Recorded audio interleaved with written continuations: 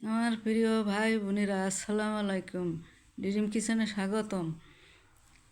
আপনারা সবাই ভালো আছেন, আমরাও ভালো আছি। আজকে আমি বানাবো বাদামের ভর্তা।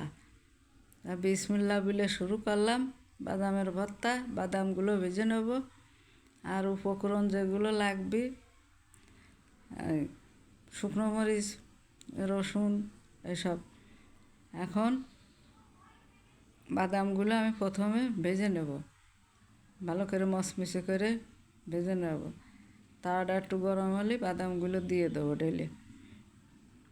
বাদামের ভর্তা খাওয়ার মজাই আলাদা। বাদামের ভর্তা খুবই একটা সুস্বাদু খাবার, খুবই ভালো লাগে। আপনারা এভাবে বাসায় বানিয়ে খাইয়ে দেখবেন, কত সুন্দর লাগে।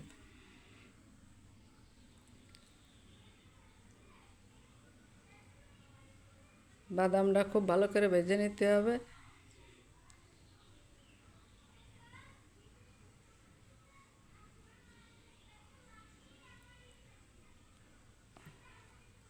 আমার মেয়ে বলল যে আজকে একটু বাদাম ভর্তা করো, তাইতে আমি বাদাম ভর্তা করলাম। তা খাইয়ে দেখি যে না, আসলেই সুস্বাদু লাগে।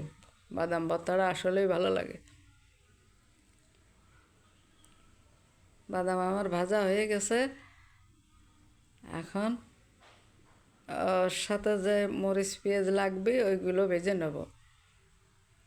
একটু তেল দিয়ে তেলের পর ভেজে নেব।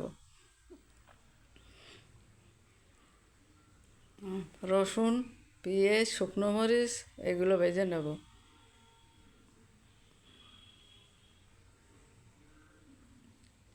সামান্য একটু বাদামি কালার হলেই নামিয়ে নেব।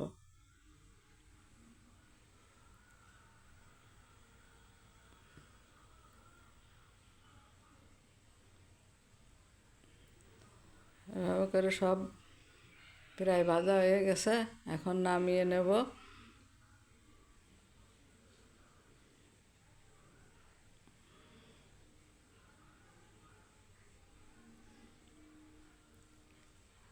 ভাজা হয়ে গেছে, এখন এই পর্যায়ে চলে যাব পাটায়।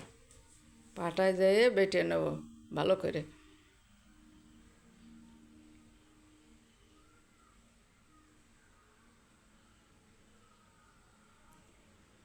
সব বাদামগুলো ভালো করে আমি বেটে নেব।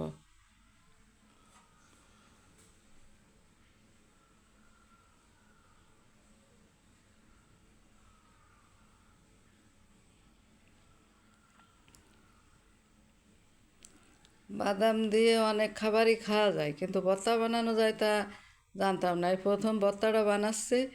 পাটায় বেটে নিয়ে খাইয়ে দেখো কি সুস্বাদু খাবার।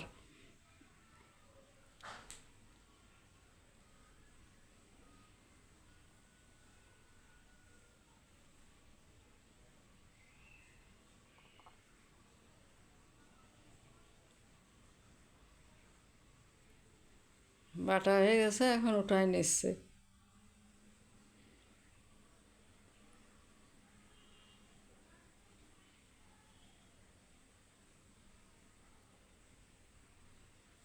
এবার ওই মশলাগুলো বেটে নেব। শুকনো মরিচ, রসুন, পেঁয়াজ এগুলো বেটে নেব। বাদাম বাটা হয়ে গেছে। ভর্তাটা এখন লবণ দিয়ে দেবো স্বাদ মতো, দিয়ে ভালো করে মেখে নেব ভর্তাটা। লবণটা যাতে ভালো মেশে।